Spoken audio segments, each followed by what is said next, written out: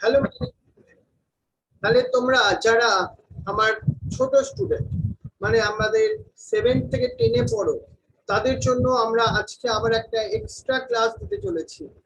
সেই এক্সট্রা ক্লাসগুলো তোমাদের সবার জন্য ভেরি ইম্পর্টেন্ট, কারণ আমরা একটা বছর তোমাদের থেকে চেয়েছি যেখানে আমরা তোমাকে বায়োলজিতে তোমাকে সেরা স্টুডেন্ট করব। তুমি হবে সব থেকে এক্সপার্ট বায়োলজিতে তোমার স্কুলের মধ্যে। এর জন্য একটাই শর্ত আছে, তোমাকে সবকিছু শিখতে হবে, মানে লার্নিং যে এই কোয়ালিটি সেটা তোমার মধ্যে চাই। তুমি যথেষ্ট ভালো স্টুডেন্ট এবং তুমি পারবে তাহলে এই চ্যাপ্টারটাও করতে। আজকে আমরা যে চ্যাপ্টারটা তোমাদের সঙ্গে ডিসকাস করতে চলেছি সেটা হচ্ছে রিপ্রোডাকশন ইন প্ল্যান্টস। দেখো, প্ল্যান্টসরা তো রিপ্রোডাকশন তো করবেই। রিপ্রোডাকশন ব্যাপারটা কি? তাহলে আমরা এখানে মেইনলি কোন জিনিসগুলো ডিসকাস করব, কি আছে আমাদের সিলেবাসের মধ্যে? আমরা মেইনলি এখানে যে ডিসকাস করব, দেখো আজকের এই ক্লাসটার মধ্যে, সেটা হচ্ছে টাইপস অফ এসেক্সুয়াল রিপ্রোডাকশন। দেখো, রিপ্রোডাকশন মানে কি? That is the continuation of life. Living things continue their life by the process of reproduction. Reproduction is the basic process, আর এটা হচ্ছে বেসিক ক্যারেক্টারিস্টিক ফিচারস বলতে পারো তুমি। দেখো, রিপ্রোডাকশন আবার টু টাইপস এর হয়, সেক্সুয়াল রিপ্রোডাকশন আর সেক্সুয়াল রিপ্রোডাকশন। আর এসেক্সুয়াল রিপ্রোডাকশনের ডিফারেন্ট যে মেথডস গুলো বা ডিফারেন্ট যে মোডস গুলো, আমরা সেইগুলো তোমাদের সাথে আজকে এই ক্লাসে ডিসকাস করতে চলেছি।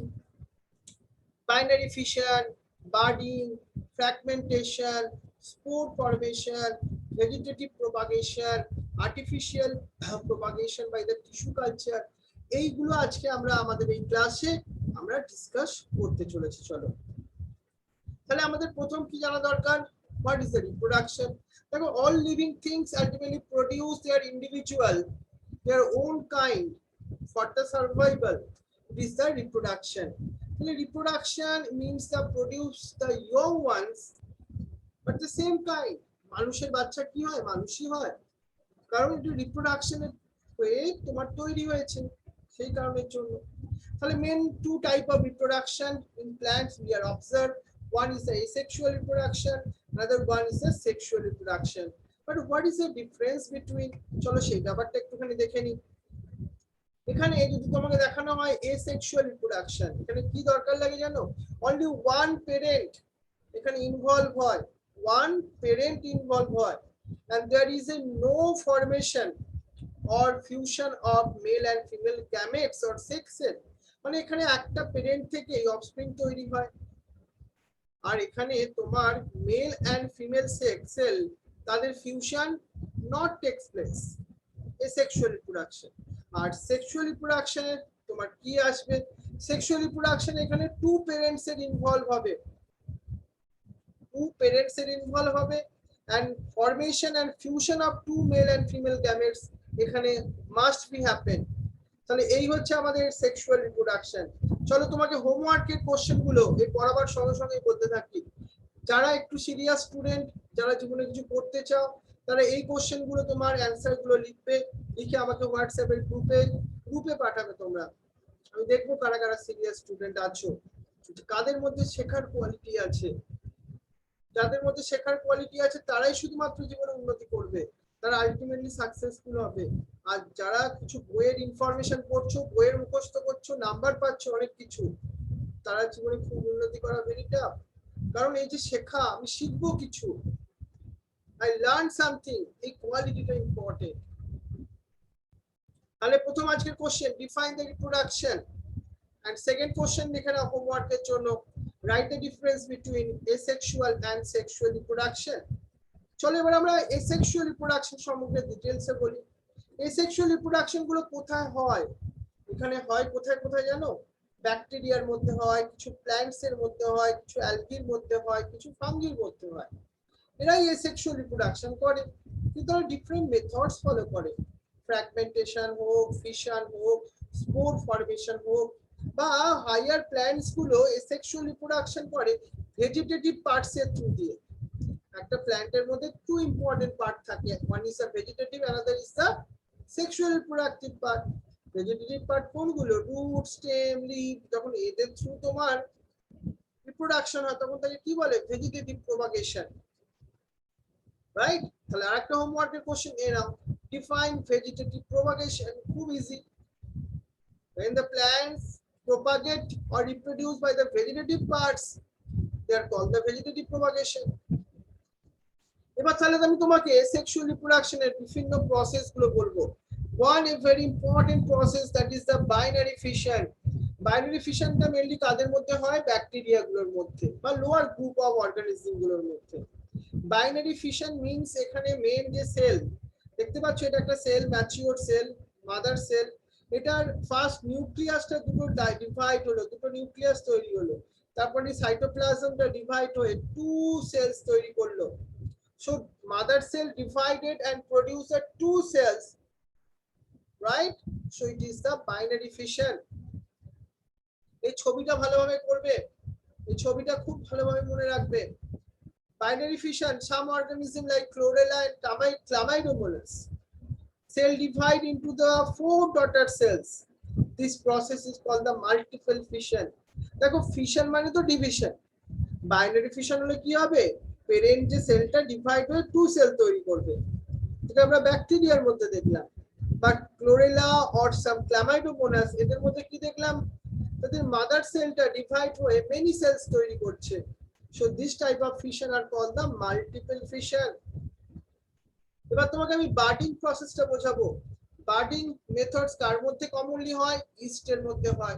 এখানে কি হয়? এই যে প্যারেন্ট সেল দেখতে পাচ্ছ, প্যারেন্ট সেলের মধ্যে একটা আউটগ্রোথ তৈরি হয়েছে। This outgrowth is called the buds. এই বার্ডসটা তারপরে গ্রো করতে থাকে, এই বার্ডসটা তারপরে গ্রো করতে থাকে, তারপর তারা মেন প্যারেন্টস বডি থেকে সেপারেটেড হয়ে যায়, রাইট? এটাকে আমরা কি বললাম? এটাকে আমরা বললাম বার্ডিং প্রসেস, যেটা ইস্টের মধ্যে হলো। এবার তোমাকে আমি ফ্র্যাগমেন্টেশন বলে আর একটা প্রসেসের কথা বলবো। ফ্র্যাগমেন্টেশনটা কার মধ্যে হয়? ফ্র্যাগমেন্টেশনটা হয় কি জানো? একটা স্পাইরোগাইরার মধ্যে। Spirogyra one type of algae. এরা স্ট্রাকচারটা কেমন? এদের স্ট্রাকচার হচ্ছে এরকম লং, এরকম রিবন লাইক স্ট্রাকচার, এরকম স্ট্রাকচার পাবো। এই স্ট্রাকচারটা যদি এরকম ভাবে সেপারেটেড হয়ে যায়, কেটে যায়, প্রত্যেকটা পার্ট থেকে, প্রত্যেকটা ফ্র্যাগমেন্ট থেকে নিউ ইন্ডিভিজুয়াল তৈরি হয়। এই প্রসেসটার নামই হচ্ছে ফ্র্যাগমেন্টেশন। তাহলে ফ্র্যাগমেন্টেশন কার মধ্যে হলো? স্পাইরোগাইরার মধ্যে। স্মল ফ্র্যাগমেন্ট, সেখান থেকে নিউ প্ল্যান্ট জেনারেট হচ্ছে, নিউ অর্গানিজম জেনারেট হচ্ছে। এবার আমি তোমাকে বলবো that is the spore formation. Spore ফর্মেশনে কি হয়? স্পোর ফর্মেশনটা মেইনলি কোথায়, কোন কোন প্ল্যান্টসে হয়? দেখো মসের মধ্যে হয়, কিছু ফার্নসের মধ্যে হয়, কিছু ফাঙ্গাসের মধ্যে হয়। Spore ultimately very light weight, and এটা উইন্ড বা ইনসেক্টের through one place to another প্লেসে এটা ক্যারিও করে। On reaching the suitable position, তখন আমরা ওই স্পোর থেকে নিউ অর্গানিজম জেনারেট করে, সেটাকে আমরা স্পোর ফর্মেশন বলি, রাইট? কিছু ফাঙ্গাসেরও কিন্তু হয় এই স্পোরের থ্রু তোমার প্রোডাকশন। যেমন সেই স্পোরগুলোর নাম কি জানো? কনিডিয়া, জুস স্পোর, এগুলো মনে রাখবে। বাট তোমাদের সিলেবাসের জন্য মোস্ট ইম্পর্টেন্ট যেটা, সেটা হচ্ছে ভেজিটেটিভ রিপ্রোডাকশন। ভেজিটেটিভ মানে আমি তোমাকে আগেই বলেছি, প্ল্যান্ট যখন রিপ্রোডাকশন করবে তার ভেজিটেটিভ পার্টস দিয়ে, লাইক লিভ দিয়ে, লাইক স্টেম দিয়ে, লাইক রুটস দিয়ে, that time they are called the vegetative propagation. Vegetative প্রপাগেশনে যখন নিউ প্ল্যান্টস জেনারেট হয়, তুমি একটা স্টেম কেটে মাটিতে বসিয়ে দিলে, ওখান থেকে নিউ প্ল্যান্ট জেনারেট হয়ে গেল। নিউ প্ল্যান্ট, বুঝতে পারছো? এটাকে আমরা প্রপাগিউস বলছি। নিউ প্ল্যান্ট যেটা তৈরি হলো, ছোট্ট গাছ তৈরি হলো না কাটা ডালটা থেকে, this is called the propagules. And what is the name of the process? It is a vegetative propagation. But vegetative propagation আমরা ক্লাসিফাই করতে পারি in the natural process and the artificial process. Natural process, দেখো যখন reproduction হবে by the stem, স্টেমটা তো একটা প্ল্যান্টের vegetative part. Like দেখো স্টেম গুলো কমন গ্রাস আর মিন্টের ক্ষেত্রে দেখবে এরা কি হয়, স্টেম গুলো হরাইজন্টালি গ্রাউন্ডে গ্রো করতে থাকে, ওখান থেকে নিউ রুটস ডেভেলপ হয়, আর সেখান থেকে আবার নিউ প্ল্যান্টস জেনারেট হতে পারে। এক্সাম্পল মনে রাখতে হবে গ্রাস এন্ড মিন্টের কথা, এটা ভেরি ইম্পর্টেন্ট। জিঞ্জারের ক্ষেত্রে কি হয় জানো? জিঞ্জার কি জিনিস? Ginger is a modified stem, it has nodes and internodes. এটার মধ্যে একটা স্কেলি লিভস আছে, এটাকে কভার করা। তুমি দেখবে ওই নোটস গুলো থেকে এদের রুটস জেনারেট হয়, আর ওখান থেকেও নিউ অক্সিলারি পার্টস তৈরি হয়, ওখান থেকে নিউ মনে করো ছোট ছোট স্টেমের মতো অংশ উঠতে থাকে। জিঞ্জার এই তোমার স্টেমের থ্রু এই রিপ্রোডাকশন করে। আর পটেটো, পটেটো আর একটা another example of modified stem, right? পটেটোর মধ্যে কি আছে জানো? ভেজিটেটিভ বার্ডস আছে। এই ছোট ছোট বার্ডস গুলোকে আমরা কি বলি? দেখবে পটেটোর ক্ষেত্রে তুমি দেখেছো এই ছোট ছোট ছোট ছোট বার্ডস এই ধরনের তৈরি হয়, এগুলোকে আমরা আইস বলি। তুমি যদি ওই পার্টটা cut a piece of the potato with আইটা থাকতে হবে, তুমি সেটাকে ময়েস্ট সয়েলের উপর বসাও, দেখবে প্ল্যান্টসটা গ্রো করবে। প্ল্যান্ট ওখান থেকে ছোট্ট প্ল্যান্টস গ্রো করবে, সেখান থেকে কমপ্লিট প্ল্যান্ট গ্রো করতে পারে। That is called the potato vegetative reproduction by the eyes. বুঝে গেছি ব্যাপারটা? নেক্সট আসবো আমরা জিঞ্জার। দেখো জিঞ্জার আমি তোমাকে এক্সাম্পল বললাম, পটেটো বললাম, এন্ড অনিয়ন বললাম, আর called the modified stem because they are perform additional function of food storage and vegetative propagation. দেখো জিঞ্জার, পটেটো, অনিয়ন এদের ওই পার্টগুলো থেকে নিউ প্ল্যান্ট তৈরি হতে পারে, সেই জন্য এরা অ্যাজ এ ভেজিটেটিভ প্রপাগেশনেও হেল্প করে, তো মনে রেখো। নেক্সট দেখো আমরা লিফের থ্রু ভেজিটেটিভ প্রপাগেশন হবে কোন প্ল্যান্টের ক্ষেত্রে? ব্রায়োফাইলাম বলে একটা প্ল্যান্টস আছে, জানো তো? এদের এই যে লিভস দেখো, এই যে লিভসের তার সাইড ওয়াইজ এরকম সাইডে না নিউ প্ল্যান্ট জেনারেট হয়ে যায়, ওখান থেকেই তোমার নতুন নতুন প্ল্যান্টস তুমি তৈরি করতে পারবে, অটোমেটিকলি হয়, ন্যাচারালি হয়। ব্রায়োফাইলাম এক্সাম্পলটা মনে রেখো। মার্জিন থেকে দেখো, দেখতে পাচ্ছ কিরকম লিফের মার্জিন থেকে নিউ প্ল্যান্টস জেনারেট হচ্ছে? ব্রায়োফাইলাম, এটা লিভস এগুলো। এবার আমরা দেখবো রিপ্রোডাকশন বাই রুট, মানে রুটের থ্রু রিপ্রোডাকশন হবে। এবার আমি তোমাকে সুইট পটেটোর কথা বলি, তোমার অ্যাসপারগাসের কথা বলি।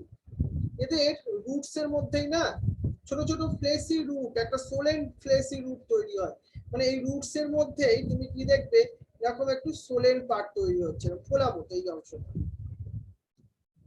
এখানে কেন এটা সোলেন হয়েছে? ফুড স্টোর করবার জন্য। আর এখান থেকেই তোমার নিউ প্ল্যান্ট জেনারেট হতে পারে।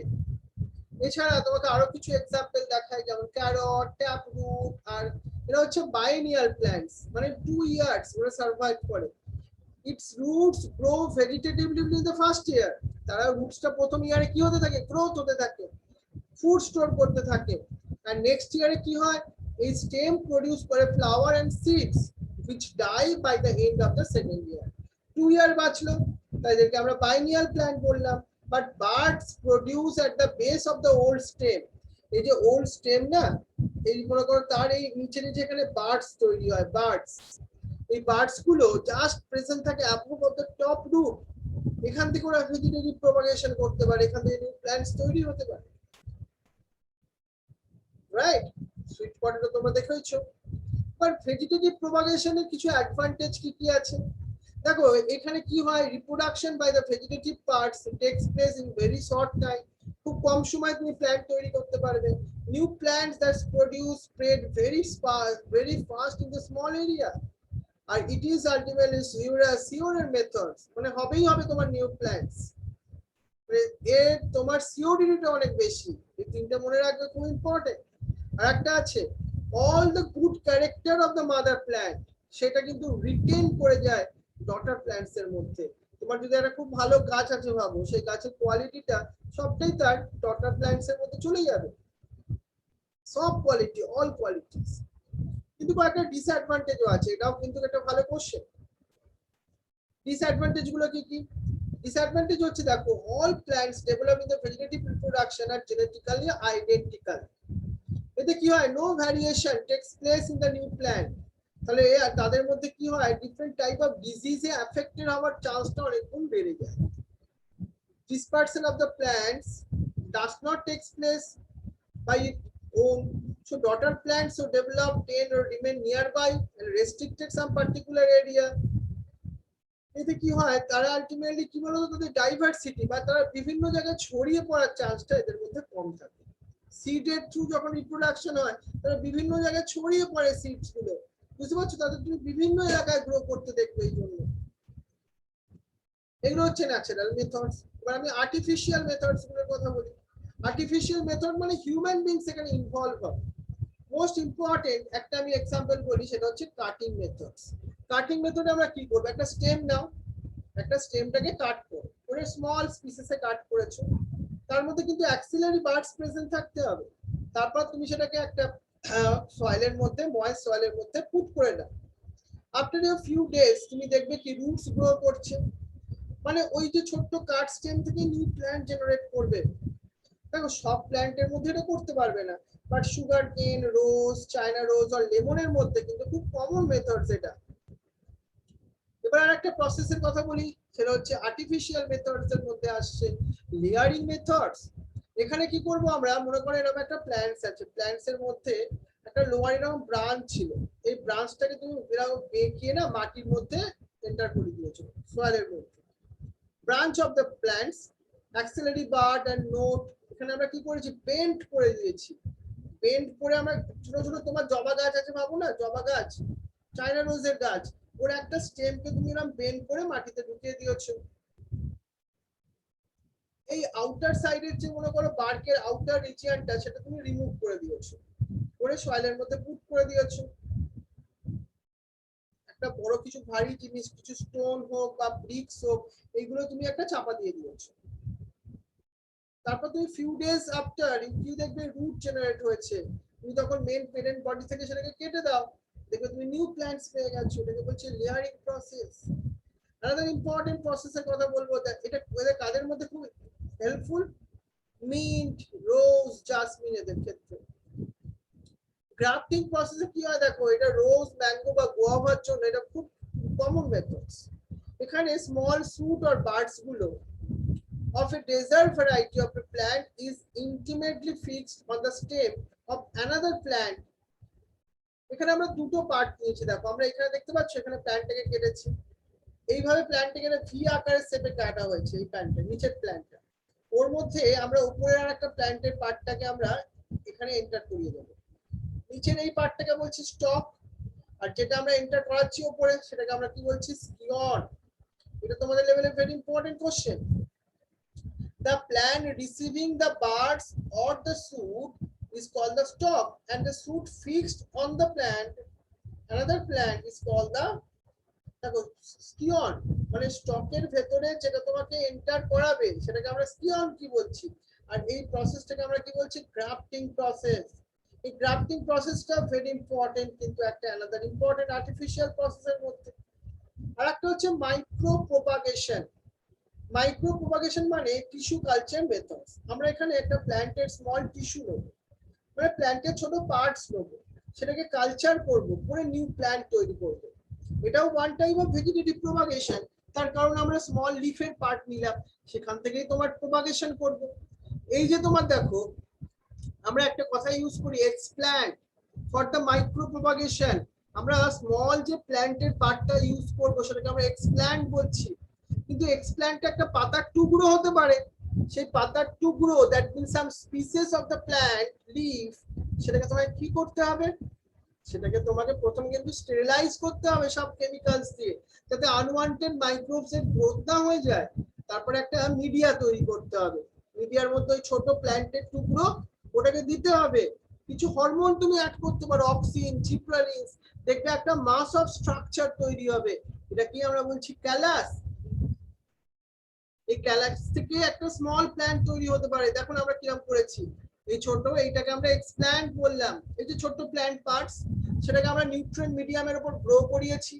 তারপর দেখো আস্তে আস্তে ছোট প্ল্যান্টলেটস তৈরি হচ্ছে, আর তারপর কি তৈরি হলো, একটা ছোট্ট প্ল্যান্ট তৈরি হয়ে গেল। তখন এটাকে একটা ছোট্ট পটের মধ্যে ট্রান্সফার করে দাও, এটাকে আমরা কি বললাম, মাইক্রো প্রোপাগেশন। ক্লিয়ার? তাহলে প্ল্যান্ট টিস্যু কালচার আমরা কাদের মধ্যে করতে পারি, প্ল্যান্টসেমিয়াম আর গ্ল্যাডিলাস, এদের ক্ষেত্রে খুব ইজি করা যেতে পারে। দেখো প্ল্যান্টের টিস্যু কালচার টেকনিকের কয়েকটা বেনিফিটস আছে। It provide rapid propagation for identical individual, এখানেও কিন্তু সেম আইডেন্টিক্যাল অফস্প্রিং তৈরি হয়। It is very useful to in case where seeds are dormant, মানে সিডস থেকে মনে করো প্ল্যান্টস তৈরি হচ্ছে না, তাদের ক্ষেত্রে এই প্রসেসটা খুব হেল্পফুল। এই প্রসেসের একটা লিমিটেশন আছে, কি সেটা? It require lot of scientific expertise চাই, সবসময় সবাই করতে পারবে না, তুমি পারবে না বাড়িতে করতে। It can not be apply in all case, it is not easily applicable to remote agriculture area. বুঝতে পারছো ওখানে ল্যাবরেটরি কোথায়? তাহলে এই হচ্ছে সেক্সুয়াল রিপ্রোডাকশন। তোমাকে আরো কয়েকটা হোমওয়ার্কের কোশ্চেন দিই, চলো তোমাকে আরেকটা কোশ্চেন দিচ্ছি, চলো সেটা হচ্ছে তোমার কোশ্চেন গুলো একটুখানি লিখে তোমরা হোমওয়ার্ক গুলো লিখবে।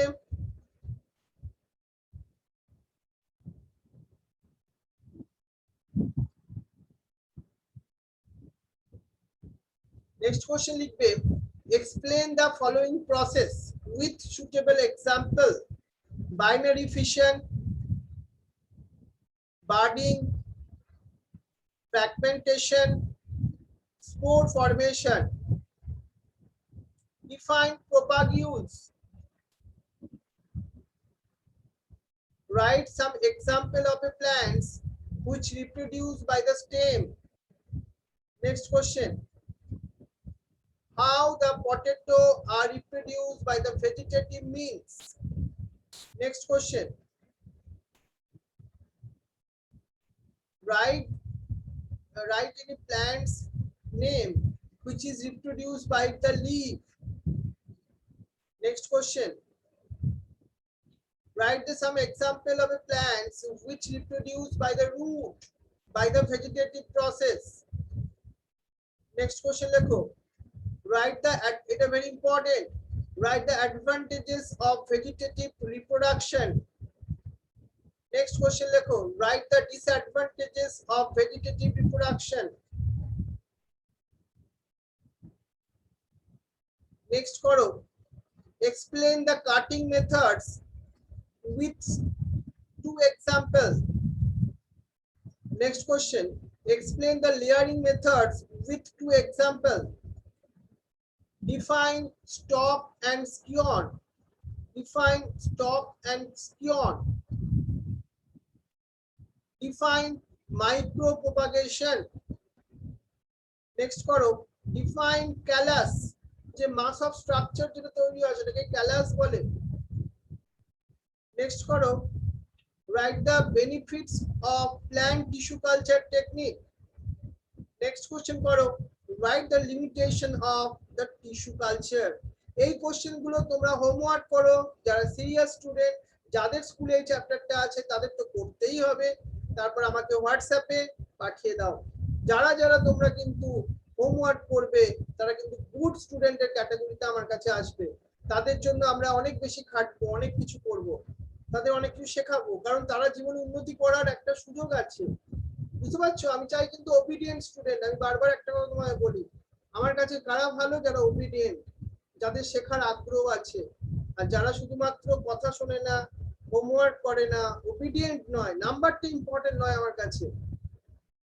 কারণ আমি অনেক ভালো ভালো স্টুডেন্টকে আমি পড়িয়েছি যারা আছে ডক্টর অলরেডি হয়ে গেছে, তাদের মধ্যে আমি একটা কোয়ালিটি দেখেছি সবার মধ্যে, তারা কাজটাকে ভালোবাসে। তোমার কাজ এখন পড়াশোনা করা, তোমার কাজ এখন, তোমার নাম্বার অটোমেটিক আসবে সেই সময় যদি তুমি ভালো করে পড়াশোনা করো, রাইট? সেজন্য হোমওয়ার্ক তোমায় করে পাঠাতে হবে গ্রুপে, এবং তোমরা যারা গ্রুপে আছো তারাও লক্ষ্য রেখো কারা কারা তোমার ভালো স্টুডেন্ট, কারা কারা তোমার জীবনে উন্নতি করতে চাইছে, তারা হোমওয়ার্ক গুলো তাদের নাম দেখে তুমি বুঝে যাবে। ওকে, বেস্ট অফ লাক সবাইকে। থ্যাংক ইউ ভেরি মাচ, ভালো থেকো তোমরা সবাই।